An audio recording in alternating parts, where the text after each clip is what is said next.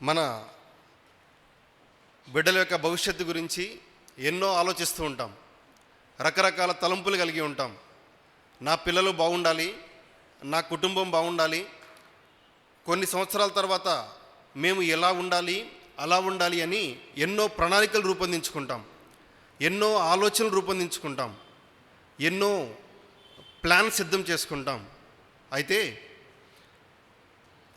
మన ఆలోచనల కన్నా, మనం చేసేటువంటి తలంపుల కన్నా మన పక్షాన దేవుని యొక్క రక్తం చేత కొనబడిన మన పట్ల జీవాధిపతి అయిన దేవుడు, సర్వశక్తివంతుడైన దేవుడు, ఆదియును అంతమునై ఉన్న దేవుడు, ఆల్ఫా ఒమేగా అయిన దేవుడు, సర్వజ్ఞాని అయిన దేవుడు, సమస్తము ఎరిగినవాడు, మన భవిష్యత్ అంతా తెలిసినటువంటి వాడు, ఆయన మన గురించి చెప్తున్న మాట ఏంటంటే,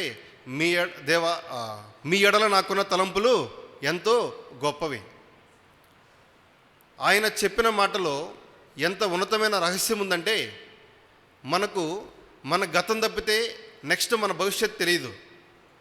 భవిష్యత్తు ఏంటో తెలియని మనమే మన పిల్లల గురించి ఎలా ఉండాలని ఆశపడుతుంటే, ఆయన స్వరక్తిమిచ్చి కొనుక్కున్న మనల్ని, ఆయన రక్తం చేత ఏర్పాటు చేయబడి సంఘముగా సమకూర్చబడిన మన పక్షాన దేవుడు కలిగినటువంటి ఆలోచనలు, దేవుడుకున్నటువంటి తలంపులు, దేవుడుకున్నటువంటి ప్రణాళిక అది ఎంతో దొడ్డది, అది ఎంతో ఉన్నతమైనది, అది ఎంతో ప్రాముఖ్యమైనది.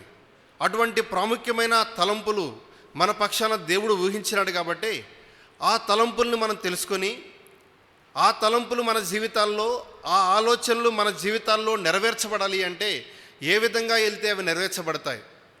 ఈ పూట దేవుడి యొక్క తలంపులు మన పట్ల ఏ విధంగా ఉన్నాయి, ఎలాంటి తలంపులు దేవుడు మన పక్షాన కలిగి ఉన్నాడు? రెండోదిగా, దేవుడు తలంచిన తలంపులు, దేవుడు కలిగి ఉన్నటువంటి ఆలోచనలు ఎవరి జీవితాల్లో నెరవేర్చబడ్డాయి, ఎవరి జీవితాల్లో నెరవేర్చబడలేదు? నెరవేర్చబడటానికి గల కారణం ఏంటి? నెరవేర్చబడకపోతే కారణం ఏంటి? మనం ఎలాగున్నాం అనే ఈ 3 విషయాలు పరీక్షించుకొని మనము ప్రభు యొక్క బలలో పాలు పొందుకుంటాం. దేవుని యొక్క ప్రణాళికలో, దేవుని యొక్క గ్రంథంలో దేవుని యొక్క తలంపులు ఎలాంటివి అని రాయబడి ఉందంటే చూడండి. కీర్తన 45వ వచనం, 40వ కీర్తన 5వ వచనం.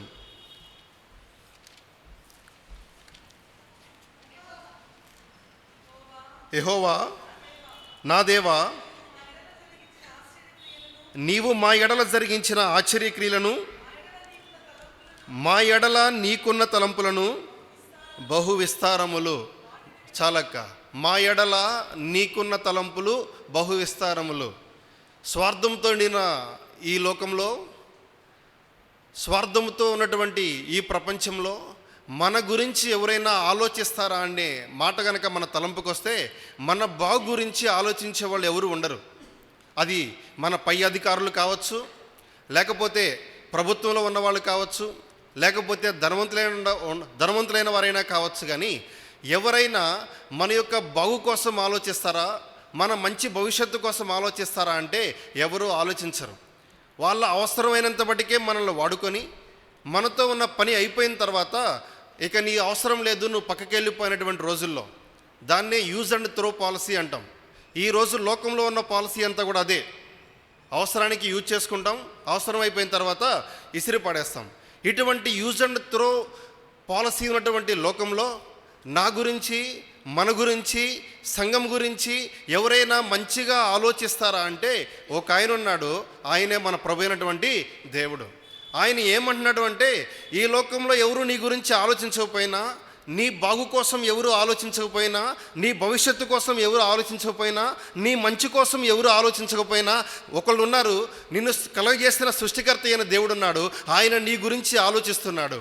ఎలాంటి తలంపులు అంటే అవి 1-2 తలంపులు కాదు, బహు విస్తారమైనటువంటి తలంపులు. ఈ జీవితంలో మనము ఆయన ఉన్నతమైన స్థానంలో నిలబెట్టాలని, ఆయన కొరకు ఉన్నతముగా వాడుకోవాలని ఆయన మన కొరకు ఎన్ని తలంపులు కలిగి ఉన్నాడంటే అవి లెక్కకు మించిపోయినవే. వాటిని వివరించి చెప్పుదాం అనుకుంటే అది నా వల్ల కాదు. నా బ్రతుకు జీవితం అంతా కూడా నేను ఆయన చేసే తలంపులు, ఆయన కార్యాలు వివరించుదామంటే నా వల్ల ఎటువంటి పని కాదు. అటువంటి విస్తారమైన తలంపులు మన బాగు కోసం ఆలోచించినటువంటి దేవుడు ఎవరైనా ఉన్నారంటే ఆయన పేరేంటంట యేసుక్రీస్తు ప్రభువారు. దేవుడు మన ఎడల కలిగిన తలంపులు ఎలాంటివంటే అవి కొద్దిమైనవి కాదు, అవి ఎలాంటివంట బహు విస్తారమైన తలంపులు. అవి ఎన్నంటే లెక్కకు మించినటువంటి తలంపులు. అవి మొట్టమొదటిగా చూడండి, రెండోదిగా 33వ కీర్తన 11వ వచనం. 33వ కీర్తన 11వ వచనం. యెహోవా ఆలోచన సదాకాలము. ఆయన మన గురించి తక్కువైన ఆలోచన చేయట్లేదు, ఉన్నతమైన ఆలోచన చేస్తున్నాడు.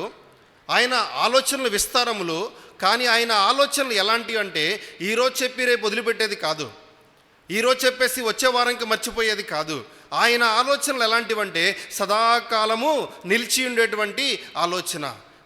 మన జీవితాలలో ఏదైనా ఆలోచన సదాకాలం నిలిచింది అంటే అది దేవుడు ఏర్పాటు చేసినటువంటి ఆలోచన మాత్రమే. ఆయన సంకల్పములు ఎన్నటికీ కూడా మారవు. అందుకనే మనకు ఒక పాట పాడతాం, ఏంటది? యేసు ప్రభుని సంకల్పములు మారవు ఎన్నటికీ, మహాప్రభావము ఆయనకే యుగ యుగముల వరకు, మహాప్రభావము ఆయనకే యుగ యుగముల వరకు. మన జీవితాల్లో ఆయన మహిమపరచబడాలి అంటే, మన జీవితాల్లో ఆయనకి ఘనత రావాలి అంటే ఆయన మన పక్షాన చేసే ఆలోచనలు అలాంటివంటే సదాకాలము నిలిచి ఉండేటువంటి ఆలోచనలు. అవి ఎన్నటికీ మారవు, మార్పు చెందవు, మాట తప్పనటువంటి ఆలోచనలు. ఇటువంటి ఆలోచన కలిగిన దేవుడు మనకుంటే మన అదృష్టం. మూడోదిగా చూడండి, 92వ కీర్తన 5వ వచనం. 92వ కీర్తన 5వ వచనం. యెహోవా నీ కార్యములు ఎంత దొడ్డవి, నీ ఆలోచనలు. మూడోదిగా దేవుడు మన పక్షాన కలిగినటువంటి ఆలోచనలు ఎలాంటివంటే అవి చాలా గంభీరమైనటువంటి ఆలోచనలు. ఎలాగ చెప్తావన్నా గంభీరమైన ఆలోచనలు అంటే ఒక ఉదాహరణ చెప్తాను మీకు. బైబిల్ గ్రంథంలో ఒక వ్యక్తి ఉన్నాడు. ఆ వ్యక్తి కోసం 2 మనుషులు నిద్రపోవాలి రాత్రంతా. ఎవరైనా బైబిల్ గ్రంథంలో ఒక వ్యక్తి గురించి 2 మనుషులు రాత్రంతా నిద్రపోలా. ఒక ఆయనేమో ఆయనను ఎట్లా గనపరచాలని ఆలోచిస్తుంటే ఇంకొక ఆయనేమో ఎలాగ చంపాలని ఆలోచిస్తున్నాడు. ఎవరైనా నాకు తెలిసి ఆన్సర్ మొర్దెకై గురించి 2 వ్యక్తులు రాత్రంతా నిద్రపోలా. ఎవరు వాళ్ళిద్దరు? రాజు అయినటువంటి అహష్వేరోషు, అలాగే హామాను. రాజేమో ఈ మొర్దెకైని నేను ఎలా గనపరచాలా, ఎలాగా హెచ్చించాలా, ఎలాగా నేను అతన్ని ఉన్నతమైన స్థానాన్ని తీసుకోవాలని ఆలోచిస్తూ ఉంటే హామాను మాత్రం ఇతను నేను ఎప్పుడూ చంపాలని. వాస్తవమే, ఈ లోకంలో జీవిస్తున్న మన మీద ఎల్లప్పుడూ 2 ఆలోచిస్తూ ఉంటారు. ఒకళ్ళేమో మన నాశనం కోసం ఆలోచిస్తుంటే ఒక ఆయన మాత్రం మన బాగు కోసము ఆలోచిస్తూ ఉంటాడు. ఒకవేళ మన నాశనం కోరుకునే వాళ్ళ యొక్క ఆలోచనలో పడిపోయి కుంగిపోతున్నావేమో, జాగ్రత్త. నీకు ఎటువంటి నాశనము కలగదు, నీకు ఎటువంటి నష్టము కలగదు, నీకు ఎటువంటి బాధ కూడా కలగనివ్వడు. ఎందుకంటే మొర్దెకై పట్ల దేవుడు కలిగి ఉన్న ప్రణాళిక దేవుడు అహష్వేరోషు యొక్క ప్రణాళిక ఏంటంటే ఆయన ఊరేగించబడాలా, ఆయన గణపరచబడాలా, ఆయనను హెచ్చించబడాలా. అందుకనే ఆ రోజు ఉదయం లెగవంగల్నే రాత్రంతా నిద్రపోలేదు కదా. ఆలోచన అంతా ఏంటి? మొర్దెకైని ఎలా చంపాలి, ఆయన ఎలా ఉరి తీయాలి. ఇదే ఆలోచన, ఇదే ప్రణాళిక. రాజుగారి దగ్గరికి వచ్చాడు. రాజుగారి దగ్గరికి వచ్చి అక్కడ ఆవరణంలో అటు ఇటు నడుస్తూ ఉన్నాడు. అటు ఇటు నడుస్తూ ఉంటే చూసి ఎవరో ఉన్నారంటే పిలిపించారు. పిలిపించిన వెంటనే లోపలికి రాగానే హామాను, రాజు గనక ఏంటి హామాను ఎందుకు ఇలా వచ్చావు అన్నట్లయితే ఒకేసారి సమాధానం చెప్పేవాడు. ఏమని? నేను మొర్దెకైని చంపించాలని అనుకుంటున్నాను. అలా చెప్పిన వెంటనే రాజు యొక్క కోపం వచ్చి ఉండాలి. ఏంటి? నేను గణపరచాలనుకున్న వ్యక్తిని నువ్వు చంపుతావని ఎంపటినే హామాన్ని ఏం చేసేవాళ్ళు? అక్కడే శిక్షించేవాళ్ళు. కానీ దేవుని యొక్క ప్రణాళిక అతి గంభీరమైనది, దేవుని యొక్క ఆలోచన చాలా ఉన్నతమైనది. ఆ గంభీరమైన ఆలోచన ఏంటంటే ఎవరైతే మొర్దెకైని చంపాలనుకుంటున్నారో ఆయన ద్వారానే మొర్దెకైని ఏం చేయాలా? ఊరేగించాలా. ఆయన ద్వారానే మొర్దెకైని ఏం చేయాలా? గణపరచాలా. దేవుని యొక్క ప్రణాళిక ఎంత గంభీరమైనది, దేవుని యొక్క ఆలోచన ఎంత గంభీరమైనది. ఎటువంటి గంభీరమైన ఆలోచన. వచ్చాడు అక్కడ హామాను రాజు దగ్గరికి వచ్చాడు. రాజు దగ్గరికి రాగానే హామాను, నేను గణపరచబోయేటువంటి వ్యక్తిని ఎలా గణపరచాలి అంటే ఎస్తేరు గ్రంథం 6వ అధ్యాయంలో ఆ మాట ఉంటుంది. చూడండి ఒక మాట, ఎస్తేరు గ్రంథము 6వ అధ్యాయము, ఎస్తేరు గ్రంథము 6వ అధ్యాయము.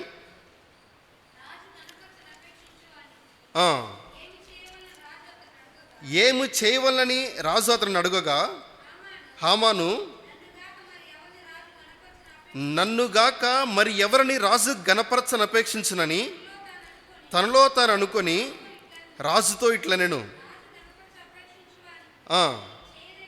చేయతగినదేమనగా, రాజు ధరించుకుని రాజవస్త్రములను, రాజు యొక్క గుర్రమును, రాజు తన తల మీద ఉంచుకొని రాజకిరీటమును ఒకడు తీసుకొని రాగా, గనులైన రాజు యొక్క అధిపతులలో ఒకడు ఆ వస్త్రములను ఆ గుర్రమును పట్టుకొని నపేక్షించువానికి ఆ వస్త్రములు ధరింపజేసి ఆ గుర్రం మీద అతను ఎక్కించి రాజవీధిలో అతను నడిపించుచు రాజు గణపరచని అపేక్షించువానికి ఈ ప్రకారముగా చేయతగునని అతని ముందర చాటింపవలను. అందుకు రాజు, నీవు చెప్పిన ప్రకారమే శీఘ్రముగా ఆ వస్త్రములను ఆ గుర్రమును తీసుకొని రాజు గుమ్మమునద్ద కూర్చుని ఉన్న యూదుడైన మొర్దెకైకి అలాగే ఆ మాట చెప్పగానే హామాను గుండెంతా పగిలిపోయి ఉంటుంది. ఒక్కసారిగా హామాను మొర్దెకైని చంపాలనే ఆలోచన కలిగి వస్తే రాజు చెప్తున్న మాట ఏంటి? ఎలాగ గణపరచబడాలని నువ్వు చెప్తున్నావో ఆ రీతిగా ఎవరికి చేయాలి? మొర్దెకైకి. ఈ లోకంలో కూడా అంతే. ఎవరైతే మన కీడు కోరాలని, మన యొక్క పడిపోవడం కోరుకోవాలని ఆశపడుతుంటారో అటువంటి వాళ్ళ చేతే దేవుడు ఏం చేస్తాడు? గణపరుస్తాడు. దేవుని యొక్క ప్రణాళిక, దేవుని యొక్క ఆలోచన అంత గంభీరమైనవి. ఆయన ఆలోచన మనకు, అందుకే దేవుని యొక్క జ్ఞానము, బుద్ధి బాహుల్యము ఎంత దొడ్డది. దేవుని జ్ఞానం యొక్క సరైన జ్ఞానము ఎక్కడ? దేవుని ప్రణాళిక మించిన ప్రణాళిక ఎవరి దగ్గర ఉంది? మన జీవితాల్లో అటువంటి గొప్ప ప్రణాళికలు ఎవరి ద్వారా మనకు నష్టం చేకూర్చబడుతుందో వాళ్ళ ద్వారానే మనం ఏం చేయబడాలా? గణపరచబడాలి. వాళ్ళ ద్వారానే మనం మహింపరచబడాలి. అప్పుడు దేవుడికి సంతోషం. 3 రకాల ఆలోచనలు చెప్తూ వచ్చాం. మొట్టమొదటిగా దేవుని యొక్క ఆలోచన అలాంటిది, బహు విస్తారమైనది. మన గురించి కూడా ఆలోచించే వాళ్ళు ఎవరన్నా ఉంటారా అని భయపడాల్సిన పని లేదు. మన గురించి కూడా ఎవరన్నా ఆలోచిస్తారా అని దిగులు పడాల్సిన పని లేదు. ఎటువంటి పరిస్థితిలో ఉన్నా, ఎటువంటి కష్టంలో ఉన్నా, ఎటువంటి బాధలో ఉన్నా, ఎలాంటి సమస్యలో ఉన్నా మనకంటూ ఒక నిరీక్షణ ఉంది. మన గురించి ఆలోచించే ఒక ఆయన ఉన్నాడు. ఆయన ఎవరో తెలుసా? మన ప్రభు. ఆయనకి సమస్తము ఎరుకే. ఆయన సమస్తమును పరిపాలిస్తున్నాడు. ఆయన ఆజ్ఞ లేకుండా ఏది భూమి మీద జరగదు. అటువంటి ఆయన నీ గురించి, నా గురించి ఆలోచిస్తున్నాడు. అలాంటి ఆలోచన ఎలాంటిదంటే బహు విస్తారమైనటువంటి ఆలోచన. రెండోదిగా దేవుని యొక్క ఆలోచన ఎలాంటిదంటే సదాకాలము నిలిచి ఉండేది. ఏదో ఒక రోజుతో అయిపోయేది కాదు, 2 రోజులతో, వారం అయిపోయిన తర్వాత మర్చిపోయేది కాదు. ఆయన మారడు, మార్పు చెందనివాడు. ఆయన ఇచ్చింది నెరవేర్చదగినకు యోగ్యుడు. అటువంటి ఆయన అంటున్నాడు కదా, సదాకాలము నిలిచేటువంటి ఆలోచన. మూడోదిగా ఏంటంటే అతి సామాన్యమైన ఆలోచన కాదు, అది అతి గంభీరమైనటువంటి ఆలోచన. ఇటువంటి గంభీరమైన ఆలోచన మన పక్షాన కలిగి ఉన్నందుకే మన దేవుడికి ఎంతైనా రుణస్థులమే. చూడండి, 4వదిగా యెషయా గ్రంథము 55వ అధ్యాయము, యెషయా గ్రంథము 55వ అధ్యాయము 8-9 వచనాలు.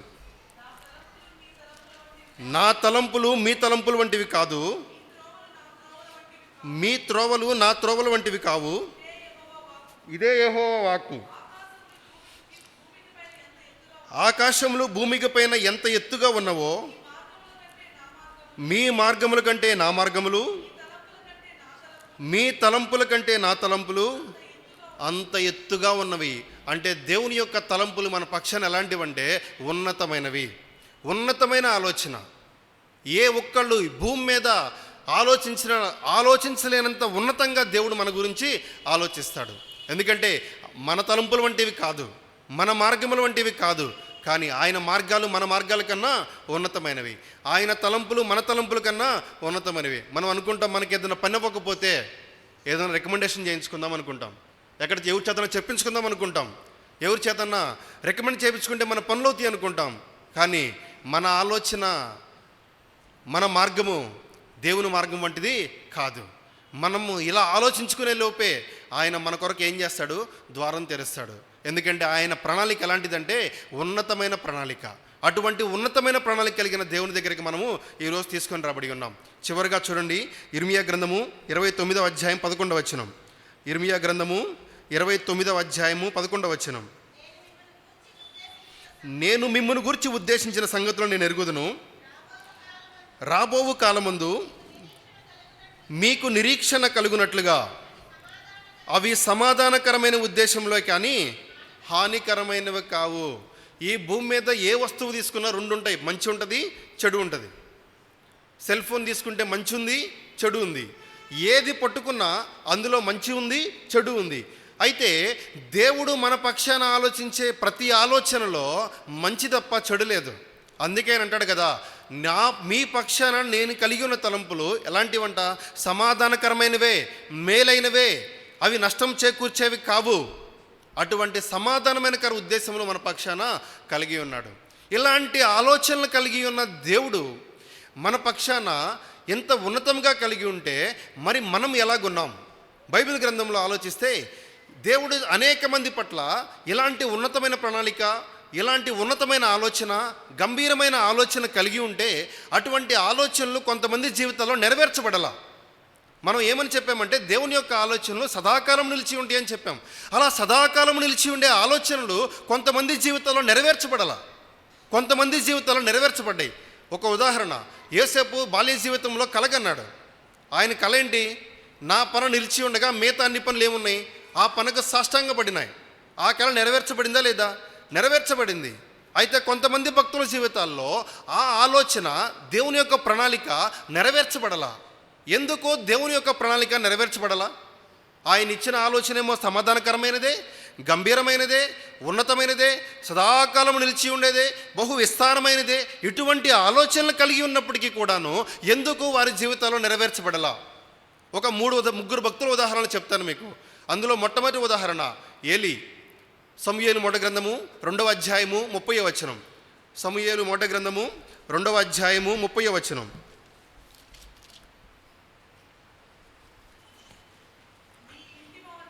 నీ ఇంటి వారును నీ పితరుల ఇంటి వారును నా సన్నిధిని యాజకత్వం జరిగించుదురని యెహోవా ఆజ్ఞ ఇచ్చి ఉన్నను, ఇప్పుడు నా మనస్సునకు అది కేవలము చాలక. దేవుని యొక్క ఆలోచన ఏలీ కుటుంబం పట్ల ఎలాగుంది అంటే, ఏలీ ఇంటివారు, ఏలీ యొక్క కుటుంబం ఎక్కడ పరిచర్య చేయాలి? దేవుని యొక్క సన్నిధిలో పరిచర్య, యాజకత్వం చేయాలని దేవుని యొక్క ఆలోచన. ఇది సదాకాలము నిలిచేటువంటి ఆలోచన. అయితే ఇప్పుడు అది దేవునికి ఎలా అయిందంట? ప్రతికూలమాయను. అరే, దేవుడిచ్చిన ఆలోచన సదాకాలము యాజకత్వం చేయాలని, కానీ దేవుడే ఇప్పుడు ఏమంటున్నాడు? అది నా మనసునకు ప్రతికూలమాయను. ఏమై ఉంటుంది కారణం? దాని కింద మనం చదువుకుంటే, నన్ను గణపరచువారిని నేను గణపరిచేదను, నన్ను తృణీకరించువారిని నేను తృణీకరించేదను, నన్ను తృణీకరించువారిని నేను తృణీకరించేదను. ఏలీ దేవుణ్ణి ఏం చేశాడు? తృణీకరించాడు. అదే మొదటి సమూయేలు గ్రంథము 2వ అధ్యాయము 29వ వచనం. నా నివాస స్థలమునకు నేను నిర్ణయించిన బలి నైవేద్యములను మీరు ఎలా తృణీకరించుతున్నారు? మిమ్మును క్రొవ్వబెట్టుకొనుటకై నా జనులకు ఇశ్రాయేలు చేయు నైవేద్యములలో శ్రేష్ఠ భాగములను పట్టుకొనుచు నాకంటే నీ కుమారులను నువ్వు గొప్ప చేయుచున్నావు. అది మొట్టమొదటి ఏలీ జీవితంలో ఒకటి పొరపాటు. ఏం చేసినాడంట? దేవుని కంటే ఎక్కువగా తన కుమారులను గొప్ప చేయటం మొదలుపెట్టాడు. అందుకనే దేవుని యొక్క యాజకత్వంలో వాళ్ళు సరిగ్గా చేయకపోతున్నా దేవుని యొక్క క్రమాన్ని అవలంబించలేకపోతున్నా, దేవుడు కోరుకున్నట్లు ఆ పరిచర్య జరిగించకపోతున్నా, ఏ మాత్రము వాళ్ళని ఏం చేయలేదు, మందలించలేదు. ఏ మాత్రము వాళ్ళని మందలించకుండా, అరే దేవుని పరిచర్య, దేవుడికి మహిమ కొరకే జరిగించాల్సిన పరిచర్య, దేవుని ఘనత కొరకు జరిగించాల్సిన పరిచర్య ఈలాగు చేయట తప్పు అని ఖండించకుండా దేవుని కంటే ఎక్కువగా తన కుమారులను గొప్ప చేయ మొదలుపెట్టాను. మన జీవితంలో కూడా చాలాసార్లు ఏం చేస్తుంటామంటే, మన దేవుని కంటే మనము కొన్ని వాటికి ఎక్కువ విలువిస్తాం, దేవుని కంటే ఎక్కువగా కనపరుస్తాం, దేవుని కంటే ఎక్కువగా చోటిస్తాం. దేవునికి చోటిచ్చినా ఇవ్వకపోయినా మిగతా వాటికి మాత్రం చాలా చోటిస్తాం. ఉదయకాలాన్ని లేచి ఆరాధన చేసుకోవాలంటాం, క్వైట్ టైం చేయాలనుకుంటాం, కానీ ఉదయకాలం లేచి క్వైట్ టైం చేసే అలవాటు చాలామందికి దాదాపు అయిపోయినట్టుంది. ఎందుకంటే నా ప్రాణమా తిను, త్రాగు, నిద్రపో. ఉదయం 5 అవుతుంది, పరిశుద్ధాత్మదేవుడు చెప్తూ ఉంటాడు, 5 అయింది, లేచి క్వైట్ టైం చేసుకో, ఆరాధన చేసుకో, బైబిల్ చదువుకో, వాక్యం చదువుకో, దేవునితో సహవాసంలో ఉండు అంట. 5 ప్రభువా, ఇంకో పావు గంట, 5:15కి మెలకు వస్తుంది, ఇంకో పావు గంట, ఇంకో పావు గంట, దాదాపు 6 అయిపోయింది. లెగవటం, టకటక రెడీ అయిపోవటం, ఆఫీసులకు వెళ్ళిపోవటం. దేవునికి ఇవ్వాల్సినటువంటి ఘనత, దేవునికి ఇవ్వాల్సినటువంటి సమయం, దేవునితో గడపాల్సిన సమయం ఏం చేస్తున్నాం, పోగొడుతున్నాం. కారణం ఏంటంటే దేవుని కన్నా దేనికి ఎక్కువ స్థానం ఇస్తున్నామంటే మన శరీరానికి. ఎప్పుడైతే దేవుని కంటే ఎక్కువగా మనం వేరే వాటికి స్థానం ఇస్తామో, నాకంటే ఎక్కువగా ప్రేమించింది ఏది కూడా మీకు ఉండదు. దేవుని కంటే ఎక్కువగా ప్రేమిస్తుంటే మన పక్షాన దేవుడు కలిగిన ఉన్నతమైన ఆలోచనలు, దేవుడు కలిగినటువంటి ఆ గంభీరమైన ప్రణాళికలు, దేవుడు కలిగినటువంటి సదాకాలం నిలిచుండే ఆలోచనలు మన జీవితంలో ఏమైపోతాయి, తొలగిపోతాయి. నేను సదాకాలము ప్రణాళిక ఆలోచన కలిగి ఉన్నా, కానీ ఇప్పుడు నా మనసుకి ఏమైంది, ప్రతికూలమైంది. ఎందుకంటే నీవు దేవుని కంటే ఎక్కువగా, చాలాసార్లు దేవుని కంటే ఎక్కువగా చాలామందికి విలువిస్తాం, దేవుని కంటే ఎక్కువగా చాలా వాటికి విలువిస్తాం, చాలా వాటిని మన జీవితాల్లో తీసుకొచ్చుకుంటాం. ఆ వేటినైతే మన జీవితాల్లో దేవుని కన్నా ఎక్కువగా తెచ్చుకుంటామో వాటి వల్లే మనం నష్టపోతుంటాం, వాటి వల్లే దేవునికి దూరం అయిపోతుంటాం. అందుకనే దేవుని ప్రణాళిక మన జీవితాల్లో నెరవేర్చబట్టాలా. మొట్టమొదటి ప్రశ్న ఏంటంటే, దేవుని కంటే ఎక్కువగా ఏది మన జీవితంలో ఉందో? మనం మానవులమే, బలహీనులమే, హద్దుబాట్లు కలిగిన వారమే. కానీ ప్రభు బల దగ్గరికి వచ్చినప్పుడు, దేవా, గడిచిన వారం, గడిచిన నెల నేను మీకంటే ఎక్కువగా ఫలానా దాన్ని ఎక్కువగా ప్రేమించాను ప్రభా. నాకు తెలియకపోవచ్చు మనం దేన్ని ప్రేమించామో, నేను దేన్ని ఎక్కువగా ప్రేమించానో మీకు తెలియకపోవచ్చు, కానీ మనందరూ చూస్తున్న దేవుడు ఒక ఆయన ఉన్నాడు, ఆయనకు సమస్తమును. అందుకే కదా ఆయన కందృష్టి లోకమంతటా దేనికోసం? తన ఎడల యథార్థ హృదయం కలవారిని బలపరచటానికే ఆయన సంచారం చేస్తుంది. కానీ ఆయన రాడార్లో ఏమీ దొరకట్లా, ఆయన రాడార్లో ఎవరు దొరకట్లా. కారణం ఏంటంటే దేవుని కంటే ఎక్కువగా స్థానం ఇవ్వటం. దేనికైతే ఎక్కువగా స్థానం ఇస్తామో దాన్ని, దేవా, ఈ రోజు నుంచి నేను ఏదైనా ఘనత కానీ గొప్ప కానీ చేశానంటే ఎవరికి? మీకే. మీకంటే ఇంకా ఏది నాకు గొప్ప కాదు. నా భర్త కావచ్చు, నా భార్య కావచ్చు, నా బిడ్డలు కావచ్చు, ఇంకోటి నా ఉద్యోగం కావచ్చు. ఉద్యోగానికైతే పరిగెడతాం పొద్దున్నే. ఎందుకు? 8ంటికి 90 వేయాలండి. 8ంటికి 90 అయిపోతే ఏమైంది? Loss of pay. 3 రోజులు వస్తారు, 3 రోజులు దాటిపోతే లాస్ ఆఫ్ పే, శాలరీ పడదు. శాలరీ కోసం పరిగెడతాం, కానీ దేవునింటికి పరిగెత్తలేం. ఎందుకంటే మన దేవుడు ఏమన్నాడు కదా, దేవుని కంటే గొప్పగా వేటిని ఎంచుకున్నా దేవుడికి ఏమవుతుంది? కోపం. మన ప్రణాళిక, దేవుడు కలిగి ఉన్న ప్రణాళిక మన జీవితాల్లో నెరవేర్చబడకపోవడం గల కారణం ఏంటంటే దేవుని కంటే ఎక్కువగా ప్రేమించే మన జీవితంలో ఉన్నాయి. ఈరోజు మనం ప్రభు బల దగ్గరికి వచ్చాం. ఆయన ఎద్దుకు వచ్చినప్పుడు, ఆయన మనల్ని చూస్తున్నప్పుడు వాటిని ఏం చేయాలా? తీసి బయట పడవేసుకుందాం. ఆ స్థానం ఎవరికి ఇద్దాం? మళ్ళీ దేవునికి ఇద్దాం. ఏలీ జీవితంలో ఆ ఛాన్స్ లేకుండా పోయింది. అందుకని ఏలీ కుటుంబం గురించి దేవుడు ఏమన్నాడు? ఒక్కళ్ళు కూడా ఇక మీదట యాజకత్వము చేయరు. దావీదు మహారాజుకి గొల్యాతు ఖడ్గం ఇచ్చాడు. ఆయన పేరేంటి?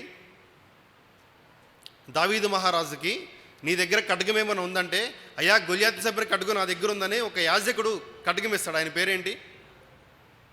ఏం పేరు? ఆ యాజకుడు గొల్యాతు ఖడ్గం దావీదుకి ఇచ్చాడని ఆ యాజకులు మొత్తాన్ని సౌలు ఏం చేపిస్తాడు?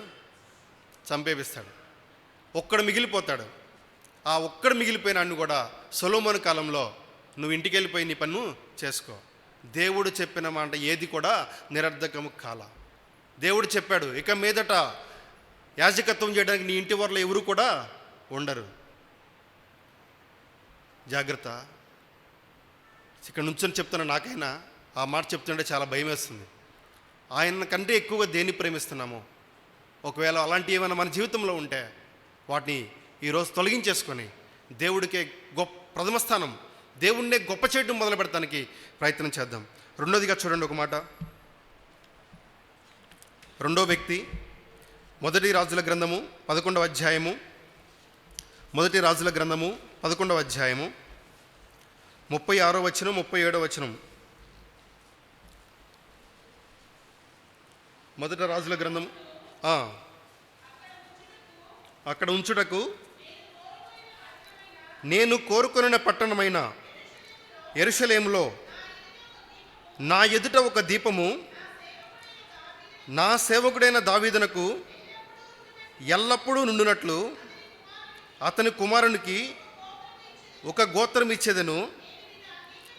నేను నిన్ను అంగీకరించినందున నీ కోరిక ఎంతటి చొప్పున నీవు ఏలుబడి చేయొచ్చు. ఇశ్రాయేలు వారి మీద రాజువై ఎందువు. ఎవరి గురించి చెప్తున్నాడు ఈ మాట? ఎవరి గురించి చెప్తున్నాడు ఈ మాట? ఎవరి గురించి చెప్తున్నాడు? సొలొమోను గురించా? Wrong answer. యెరోబాము గురించి దేవుడు చెప్తున్న మాట ఏంటంటే, నీవు ఇశ్రాయేలు ప్రజల మీద రాజువై ఉందువు. దేవుడు కోరుకున్న ప్రజల మీద ఏమై ఉంటావంట? రాజై ఉంటావు. 10 గోత్రాలు నీకు అప్పచెప్తా, ఒకటి మాత్రం నా దావీదుకి చేసిన ప్రమాణాన్ని బట్టి ఆయనకు నుంచుతా అని యెరోబాముతో దేవుడు వాగ్దానం చేసి సదాకాలము ఆ 10 గోత్రాల మీద రాజుగా నియమించాలని యెరోబాము విషయమై దేవుడు అంగీకరిస్తే, ఈ యెరోబాము చేసిన పని ఏంటో తెలుసా? చూడండి ఒక మాట. 12వ అధ్యాయము 30వ వచనం, 27, 28 వచనాలు. రాజ్యము మరలా దావీదు సంతతి వారదగునని యెరోబాము తన హృదయమందు తలంచి ఆలోచన చేసి 2 బంగారు దూడలను చేయించి జనులను పిలిచి, యెరూషలేమునకు పోవుట మీకు బహు కష్టము. ఇశ్రాయేలు వారలారా, ఐగుప్తు దేశంలో నుండి మిమ్మును రప్పించిన మీ దేవుడు ఇవే అని చెప్పి ఒకటి బేతేలునందును ఒకటి దానునందును ఉంచెను. దేవుడి యొక్క ప్రణాళిక యెరోబాముకి రాజ్యం ఇవ్వాలని. కానీ యెరోబాము చేసిన పని ఏంటో తెలుసా? ఏమంటున్నాడు? తన హృదయమందు, చూడండి 27, యెరోబాము తన హృదయమందు తలంచి ఆలోచన చేసి. దేవుని తలంపు కాదు, దేవుని ఆలోచన కాదు. ఎవరి తలంపు? యెరోబాము యొక్క సొంత తలంపు. ఏంటంటే ఆ తలంపు, మళ్ళా యెరూషలేముకి ప్రజలను పంపిస్తే వాళ్ళు వేరే వైపు వెళ్ళిపోతారేమో, నా రాజరికం కింద ఉండరేమో, వాళ్ళ దగ్గరికి రాజు దగ్గరికి వెళ్ళిపోయి వాళ్ళని అంగీకరిస్తారేమో అని తలంచి తన హృదయంలో అనుకొని తన సొంత తలంపుతోటి ఏం చేయించాడంట? 2 బంగారు దూడలను చేయించాడు. ఆ దూడలను చేయించి ఒకటి బేతేల్లో ఒకటి దానులో. ధర్మశాస్త్ర ప్రకారము ఇశ్రాయేలు ప్రజలు ఉన్నటువంటి ప్రతి పురుషుడు సంవత్సరానికి 3 సార్లు ఎక్కడికి వెళ్ళాలి? యెరూషలేముకి వెళ్ళిపోయి బలులు అర్పించాలి. అలా బలులు అర్పించనివ్వకుండా, దేవుని యొక్క మందిరానికి వెళ్ళనివ్వకుండా ఇక్కడ ఏం చేస్తున్నాడు? బేతేల్లో దానిలోనే ఇదిగో దేవుడు ఐగుప్తు నుంచి రప్పించిన వాళ్ళు ఈ దూడలే అని చెప్పేసి మళ్ళీ దూడలను పెట్టి దేవుడు ప్రజలు దేవుడికి వ్యతిరేకంగా పాపం చేయడానికి పురికొల్పినటువంటి వ్యక్తి ఎవరంట? యెరోబాము. అందుకనే యెరోబాము విషయమై దేవుడు ఎంత కఠినంగా చెప్పాడంటే, ఓడవబడిపోతావు అన్నాడు. ఎందుకో తెలుసా? నువ్వు నా ప్రజలను నాకు వ్యతిరేకంగా పాపం చేయడానికి పురికొల్పినావు. దానికి కారణం ఏంటంటే దేవుని యొక్క ఆలోచన లేదు, దేవుని యొక్క తలంపు లేదు. సొంత తలంపు, సొంత ఆలోచన. మన జీవితాల్లో కూడా మన పక్షాన దేవుడు కలిగి ఉన్న తలంపు ఉన్నతమైనదే. కానీ ఆ తలంపును తెలుసుకునే టైం లేక, ఆ ఆలోచన తెలుసుకునే సమయం లేక మనము సొంతగా ఆలోచన చేస్తాం, సొంత తలంపులు చేస్తాం, సొంత నిర్ణయం ప్రకారం వెళ్తాం. అందుకే మన జీవితాల్లో చాలాసార్లు నష్టాన్ని సమకూర్చుకుంటూ ఉంటాం.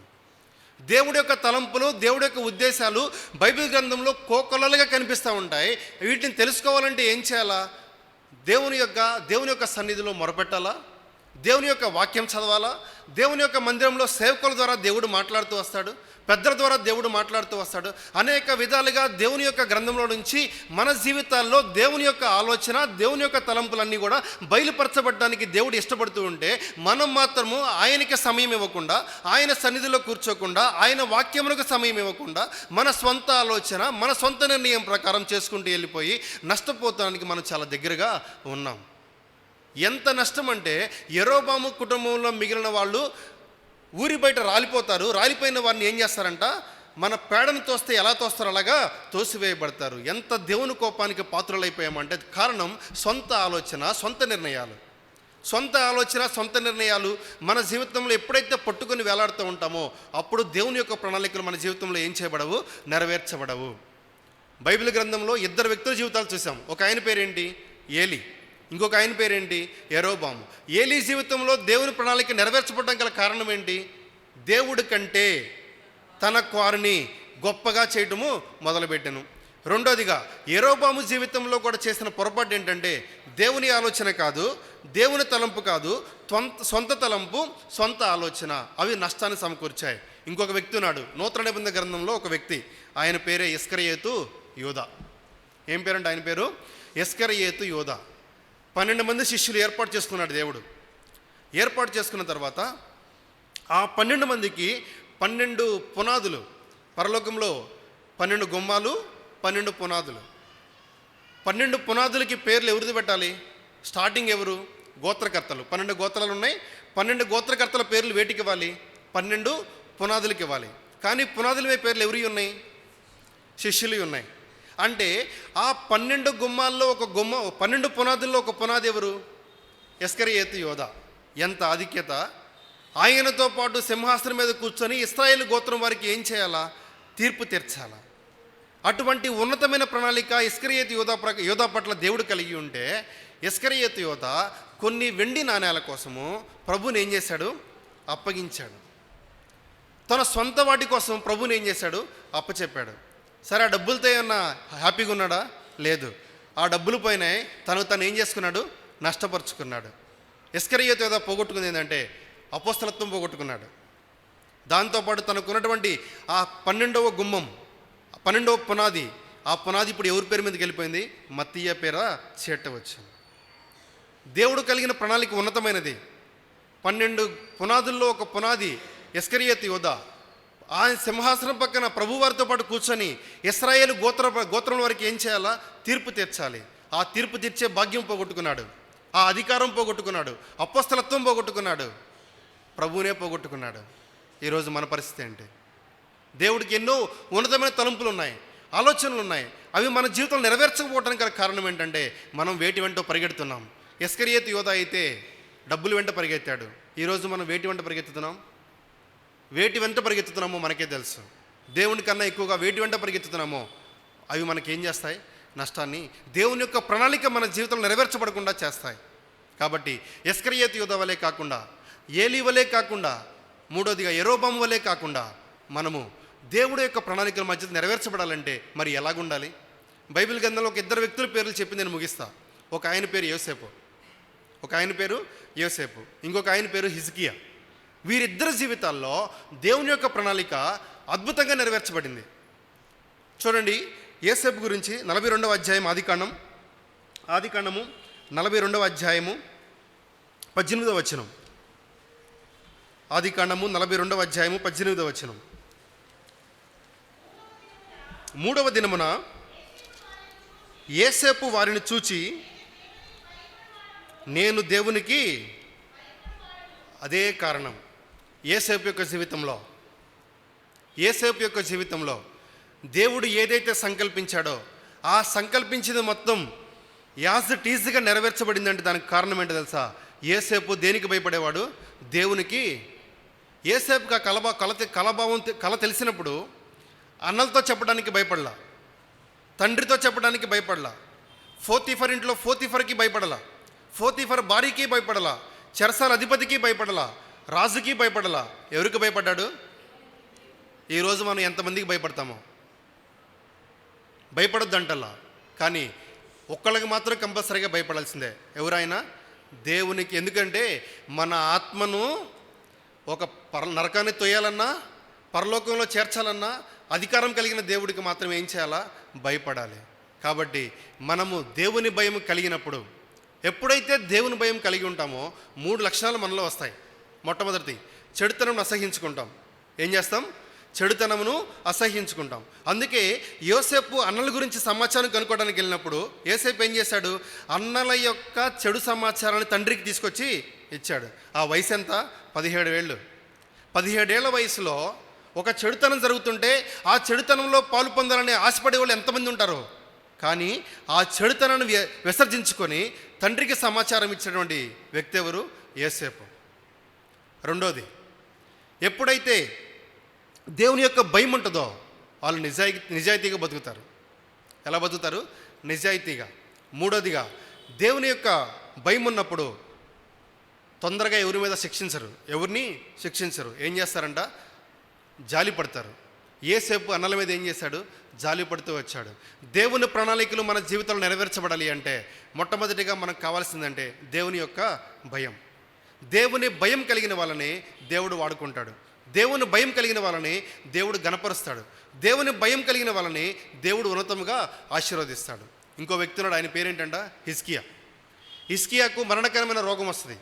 వచ్చినప్పుడు ఏం చేస్తాడు? యథార్థంగా ప్రార్థన చేస్తాడు. ప్రార్థన చేసినప్పుడు దేవుడు కరుణించి ఆయనకి ఆయుష్ పెంచుతాడు. ఎన్ని సంవత్సరాలు? 15 సంవత్సరాలు. ఎందుకు ఆయుష్ పెంచాలా? దేవుడు ఇచ్చినప్పుడే ఇల్లు చక్కబెట్టుకుంటే అయిపోయింది కదా అని ఆలోచిస్తే దేవుడు ఒక వాగ్దానం చేశాడు. ఏమని? దావీదుతో నిత్యము నీ సింహాసనం మీద ఒకళ్ళు ఉంటారు. ఈ హిజ్కియా తర్వాత ఆయన సింహాసనం పరిపాలించింది ఎవరు? హిజ్కియా తర్వాత రాజు ఎవరు? మనష్షే. మనష్షే ఎప్పుడు పుట్టాడు? రోగం వచ్చిన తర్వాత, రోగం రాకముందా? రోగం వచ్చి ప్రార్థన చేసిన తర్వాత 15 సంవత్సరాల కాలంలో మనష్షే పుట్టాడు. అందుకే 33వ అధ్యాయం కనుక మనం చదివితే మొదటి రాజుల గ్రంథంలో మనష్షే ఏలన ఆరంభించినప్పుడు 12 ఏళ్ళు గలవాడు. ఎన్ని సంవత్సరాలు లేడంట? 12 ఏళ్ళు వాళ్ళు. అంటే దేవుడు అక్కడ దావీదుతో వాగ్దానం చేశాడు, నిత్యము నీ కుటుంబం మీద ఒకడు, నీ ఈ సింహాసనం మీద ఒకడు ఉంటాడు. అది ఎప్పుడు నెరవేర్చబడింది? ఆ హిజ్కియాకి ఇవ్వబడిన 15 సంవత్సరాల గ్రేస్ పీరియడ్లో నెరవేర్చబడింది. అంటే యథార్థంగా హిజ్కియా జీవించిన కారణాన్ని బట్టి దేవుడు ఆయన వాగ్దానం ఏం చేయలేదు, ఎక్కడా కూడా త్రోసివేయలా. అందుకని ఈ సంవత్సరం మనకిచ్చిన వాగ్దానం అంతా ఏంటంటే యథార్థత. యథార్థంగా హిజ్కియా ఉన్నాడు. ఆ హిజ్కియాకి యథార్థతను బట్టి దేవుడు మరలా కొంత సమయం ఇచ్చాడు. అప్పుడు ఆయన రాజ్యంలో పరిపాలించడానికి మనష్షే. కానీ మనష్షే ఎంత ఘోరమైన వాడు కదా, ఎంత చెడుగా మనకు పరిపాలన చేశాడు అంటే అది తీసి పక్కన పెడదాం. కానీ హిజ్కియా దేవుని దృష్టి ఎలాగున్నాడు? యథార్థంగా ఉన్నాడు. అంటే మనము దేవుని యొక్క ప్రణాళిక మన జీవితం నెరవేర్చబడాలి అంటే దేవుని యొక్క భయం కలిగి ఉండాలి. రెండోదిగా యథార్థత కలిగి ఉండాలి. మొత్తం 5 విషయాలు చూసుకున్నాం. ముగ్గురు జీవితాల్లో దేవుని ప్రణాళిక నెరవేర్చబడాలా? 2 జీవితాల్లో ప్రణాళిక నెరవేర్చబడింది. నెరవేర్చబడకపోవడానికి గల కారణం ఏంటంటే మొట్టమొదటిగా దేవుని కంటే ఎక్కువగా ప్రేమించడం, రెండోదిగా సొంత తలంపులు, సొంత ఆలోచన, మూడోదిగా ఈ లోక సంబంధమైన వాటి మీద ఎంటబడిపోవటం. అయితే ఏమి కలిగి ఉండాలి? దేవుని యొక్క భయము, రెండోదిగా యథార్థత. ప్రభు యొక్క బల్ల దగ్గరికి వచ్చినప్పుడు ఇది మన కొరకే విరబడిన ఆయన శరీరము, మన కొరకే నలగొట్టబడినటువంటి ఆయన శరీరము, మన కొరకే చిందించినటువంటి ఆయన రక్తము. మనం ఒక ఉన్నతమైన స్థానంలో ఉండాలని, దేవుని యొక్క ప్రణాళికలో మనం ఆశీర్వదించబడాలని దేవుడు మనల్ని సంకల్పించి మన కొరకు పరమును విడిచిపెట్టి మానవాకారంలో ఈ లోకానికి వచ్చి నీ కొరకు నా కొరకు ఆ కలువరిలో గాయపరచబడి, కొట్టబడి, నిందించబడి, అవమానపరచబడి, సహింపజాలన వేదన అనుభవించి 3 మేకుల మధ్య చనిపోయి సమాచారం తిరిగి 3వ దినాన లేచినాడు. ఆయనను జ్ఞాపకం చేసుకున్నట్టుకే మన మధ్యలో ఉంచబడినటువంటి ఆ బల్ల. అటువంటి పరిశుద్ధమైన బల్లలో మనం చేయి వేసే ముందు చెప్పబడిన వాక్య వెలుగులో, ప్రభువా నేను ఎలాగున్నా, నా పక్షాన మీ తలంపులు ఉద్దేశాలు నెరవేర్చబడుతున్నాయా? నెరవేర్చబడతలేదా? నెరవేర్చబడకపోతే ఏది అడ్డముగా ఉందో ప్రభు యొక్క వెలుగులో పరీక్షించుకొని ఆ రీతిగా యోగ్యముగా ప్రభు యొక్క బలలో పాలు పొందినట్లు ప్రభు మనకు సహాయం చేయనుగాక.